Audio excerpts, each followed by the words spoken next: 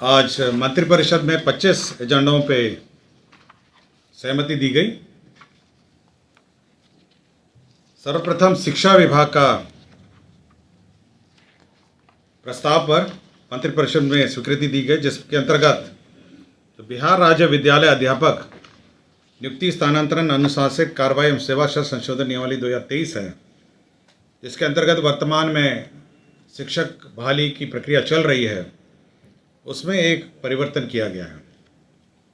पूर्व में जो नियमावली में प्रावधान था कि केवल बिहार के निवासी ही इसमें अपना आवेदन दे सकेंगे, उस प्रावधान को संशोधित करते हुए अब भारत के नागरिक इस के अंतर्गत अपना आवेदन दे सकेंगे। इसका मतलब बिहार छोड़ के अन्य राज्यों के भी जो अभ्यर्थी हैं, जिन्होंने पात्रता पूरी कर ली है इस नियमावली के अंतर्गत, वे इस परीक्षा में भाग ले सकेंगे। इसका मतलब यह है कि अन्य राज्यों के जो भी हमारे जो कैंडिडेट्स हैं जो इसकी पात्रता रखते हैं, वे अब इस परीक्षा में भाग ले सकेंगे और इस राज्य में शिक्षक बन सकेंगे। तो ये एक संशोधन है जो मंत्रिपरिषद ने स्वीकृत किया है। दूसरा, खाद्य उपभोक्ता संरक्षण विभाग का प्रस्ताव था, जिसके अंतर्गत स्मार्ट पीडीएस को लागू करने का राज्य सरकार ने निर्णय लिया है। आपको जानकारी होगी कि स्मार्ट की जो पीडीएस कार्ड है, जो जन वितरण प्रणाली का कार्ड है, उसका प्रयोग कोई भी जो धारक है वो देश के किसी भी पीडीएस से अपना खाद्यान्न ले सकते हैं, ये प्रावधान था। तो इसी को लागू करने के लिए जो स्मार्ट पीडीएस व्यवस्था है, सॉफ्टवेयर है, और जो इसकी पूरी एंड टू एंड कंप्यूटराइजेशन है, दुकान से लेके कस्टमर तक, उसको लागू करने का निर्णय लिया है। यह केंद्र प्रायोजित योजना है और 60-40 के अंतर्गत यह इसकी फंडिंग है और राज्य सरकार को इसमें 63.07 करोड़ इसमें राज्य का राजस्व होगा। तो स्मार्ट पीडीएस लागू करने का निर्णय लिया है। लागू है, लेकिन इसका जो सॉफ्टवेयर है, जो इसकी व्यवस्था है, सॉफ्टवेयर जो स्मार्ट पीडीएस का जो स्कीम है, जो सॉफ्टवेयर है एंड टू एंड कंप्यूटराइजेशन है, उसको लागू है।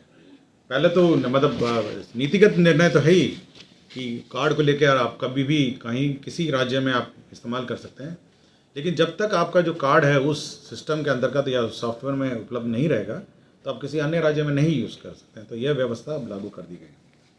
कब से मतलब ये सॉफ्टवेयर इम्प्लीमेंट हो गया, तो सब डेटा एंट्री होगा, ये सब होगा। तो मंत्रिपरिषद ने निर्णय लिया है कि इस राज्य में इसको लागू किया जाए। पशु एवं मत्स्य संसाधन विभाग के 3 प्रस्ताव थे। इसमें देसी गाय को प्रोत्साहन देने के लिए, देसी गाय राज्य में देसी गाय को प्रोत्साहित करने के लिए एक योजना राज्य सरकार ने स्वीकृत की है। यह 7 निश्चय 2 के अंतर्गत है।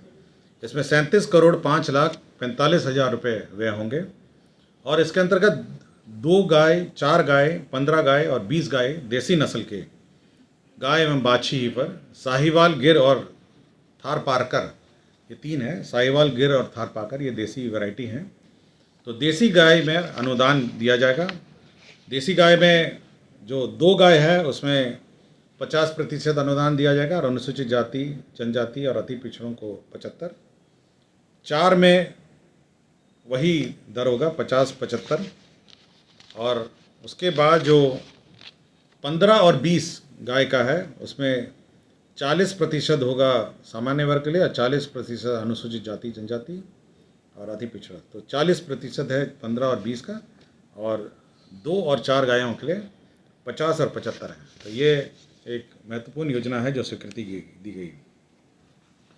राज्य में जो मीठापुर में जो रिसर्च सेंटर है, अनुसंधान केंद्र है, मत्स्य अनुसंधान केंद्र, उसको निर्माण के लिए 54,35,31,000 रुपये की स्वीकृति दी गई। इसके अंतर्गत मीठापुर में आपका मछली का रिसर्च सेंटर स्थापित होगा। साथ ही साथ जो मछुआरों को प्रशिक्षण है वह भी इसी में कार्यरत होगा। राज्य में मत्स्य विकास को सुचारू रूप से चलाने के लिए जो अभियंता हैं विभाग के, उनकी शक्तियों में परिवर्तन किया गया है। सहायक अभियंता पहले 1 लाख तक तकनीकी स्वीकृति देते थे, अब 25 लाख तक स्वीकृति दे पाएंगे। कार्यपालक अभियंता 3.5 लाख का था और 50 लाख तक तकनीकी स्वीकृति दे पाएंगे। राज्य में कार्यान्वित हो रहा था। इसके अंतर्गत 43,59,91,900 रुपये की स्वीकृति दी गई। इसके अंतर्गत जो विभिन्न फसलें हैं बागवानी के, जो फल के, उनमें अनुदान का प्रावधान है। अनुदान की राशि थोड़ी बढ़ाई गई है विभिन्न कैटेगरीज में, और इसके अंतर्गत अनुदान कुछ जगह 75% किया गया है, कुछ जगह 50 किया है। इसमें मुख्यतः जो 35 और 50 पहले अनुदान दिए जाते थे, उसको बढ़ाकर 35-40 में 15 एवं 10% की वृद्धि हुई। तो अनुदान की राशि में वृद्धि हुई है। बड़ी लंबी सूची है, हम किसी को इंटरेस्ट होगा तो मैं उपलब्ध कराऊंगा। और 60, 20 और 20 इस रेशो में दिया जाएगा। पहले 60% दिया जाएगा, फिर 20% दिया जाएगा, और फिर 3 किस्तों में दिया जाएगा। तो ये महत्वपूर्ण बागवानी की योजना है जो स्वीकृति दी गई है। मुख्यमंत्री नारी शक्ति योजना, जो पालन घर हैं विभिन्न कार्यालयों में, अब 35% महिलाओं को आरक्षण दिया है। बड़ी संख्या में महिला कर्मी हमारे कार्यालय में हैं। तो हर कार्यालय में पालन घर के स्थापन के लिए जो आवर्ती व्यय है वो 3,16,440 रुपये होगा, और अनावर्ती व्यय है जो 5,36,428 रुपये। तो कुल मिला के 8,52,868 रुपये ये पालन घर विभिन्न कार्यालयों में जो महिला शक्ति नारी शक्ति योजना के अंतर्गत पालन घर का संचालन, और इसका अनुदान जो है महिला विकास निगम संचालित करेगा। ये एक पालन घर का है। तो हर कार्यालय में पहले बहुत कम था, पहले बहुत राशि में बढ़ोतरी थी। योजना तो पुरानी है, तो इसमें बढ़ोतरी की गई है। पहले बहुत ही कम राशि थी। पहले आपकी राशि केवल 24,000 और 18,000, कुल 42,000 थी। तो 42,000 से बढ़ाकर 8,52,868, बड़ी संख्या में अब महिला कर्मी हो गए हैं। तो इतनी कम जो राशि, जो 42,000 उसमें संभव नहीं था, इसलिए अब राशि बढ़ा दी गई है। योजना पुरानी है। कृषि जैव प्रौद्योगिकी महाविद्यालय सबौर के अंतर्गत आधारभूत संरचना निर्माण के लिए 72 करोड़ 32 लाख यह प्रशासनिक स्वीकृति दी गई है, और 23-24 में 5 करोड़ की निकासी व्यय की स्वीकृति दी गई है। तो कृषि जैव प्रौद्योगिकी महाविद्यालय सबौर के आधारभूत संरचना के लिए राशि स्वीकृत की गई। राज्य में पर्यटकों के लिए जो 3 5 स्टार होटल निर्माण किए जाने हैं, अशोक पाटलिपुत्र अशोक है, आपका बांकीपुर बस स्टैंड है, और तीसरा आपका सुल्तान पैलेस है।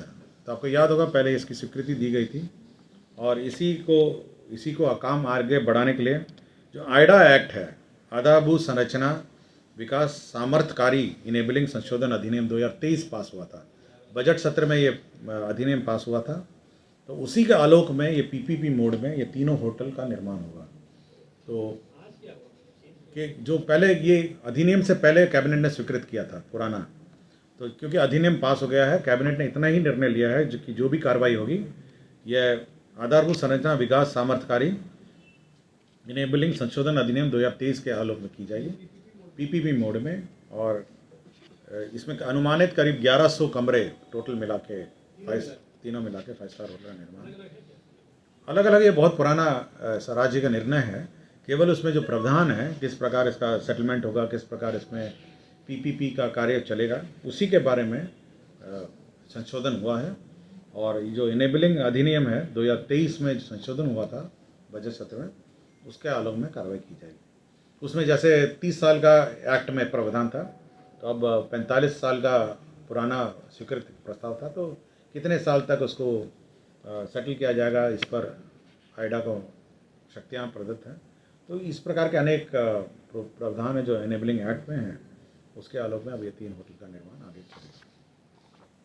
3 पथों की स्वीकृति नवादा, मधुबनी, लखीसराय, वैशाली, कटिहार, सीतामढ़ी में 520 आसन के एक अन्य पिछड़ा वर्ग कन्या आवासीय उच्च विद्यालय। इसका मॉडल प्राकृत राशि है 46 करोड़ 35 लाख 28 हज़ार। तो कुल 370 करोड़ 82 लाख 24 हज़ार जो है इसकी स्वीकृति दी गई है। 2 योजना का जो इन्वेस्टमेंट क्लियरेंसेस है कैबिनेट के स्तर पर दी गई है। पहले तो है Messrs Mash Agro Foods Limited, ये इंटीग्रेटेड बायो बोवाइन मीट, ये मीट प्रोसेसिंग यूनिट है, और किशनगंज जिला ठाकुरगंज किशनगंज में यह स्वीकृति दी गई है, और 45 करोड़ का निवेश है। तो मीट प्रोसेसिंग का किशनगंज ठाकुरगंज में 45 करोड़ का निवेश की स्वीकृति दी गई है। एक एथनॉल यूनिट है Messrs Brijendra Kumar builders ethanol का यूनिट है। ये मोकामा पटना की इकाई है और करीब 104 करोड़ 18 लाख का निवेश है। तो 2 निवेश की स्वीकृति दी गई है। बिहार राज्य विद्युत बोर्ड में जो पुराने कर्मचारी हैं, जो 2012 में जब बंटवारा हुआ था विभिन्न कॉरपोरेशंस में, तो बकाया जो रिटायरमेंट ड्यूज़ की राशि है वो राज्य सरकार को भुगतान करना पड़ता है। इसके तहत 797 करोड़ 63 लाख रुपए जो है वो मंत्रिपरिषद ने भुगतान की स्वीकृति दी है। दूसरा एक निर्णय हुआ है जो माननीय उच्च न्यायालय के आदेश के आलोक में है। जो विभिन्न मुख्यालय के थाने, जो पटना के थाने हैं, उसमें बड़ी पुरानी गाड़ियां हैं, जो जब्त गाड़ियां हैं वो पड़ी रहती हैं। कुछ सड़कों में पड़ी रहती हैं, कुछ थाने के अंदर पड़ी रहती हैं और कुछ आप देखते होंगे जगह जगह पे रखने की जगह नहीं है। तो माननीय उच्च न्यायालय के आदेश के आलोक में पटना के मौजूद दुजरा दियारा थाना में 18 दुजरा दियारा थाना है, दियारा क्या कहीं है, करीब 18 एकड़ ज़मीन जो है यह गृह विभाग को आवंटित की गई, मेरे ही विभाग को आवंटित की गई है।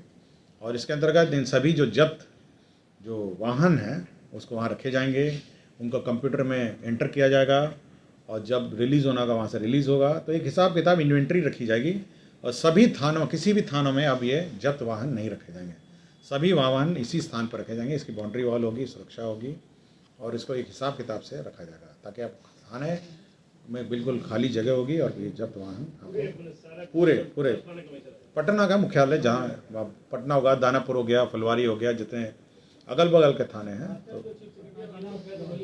तो 18 एकड़ ज़मीन जो है आवंटित की गई है।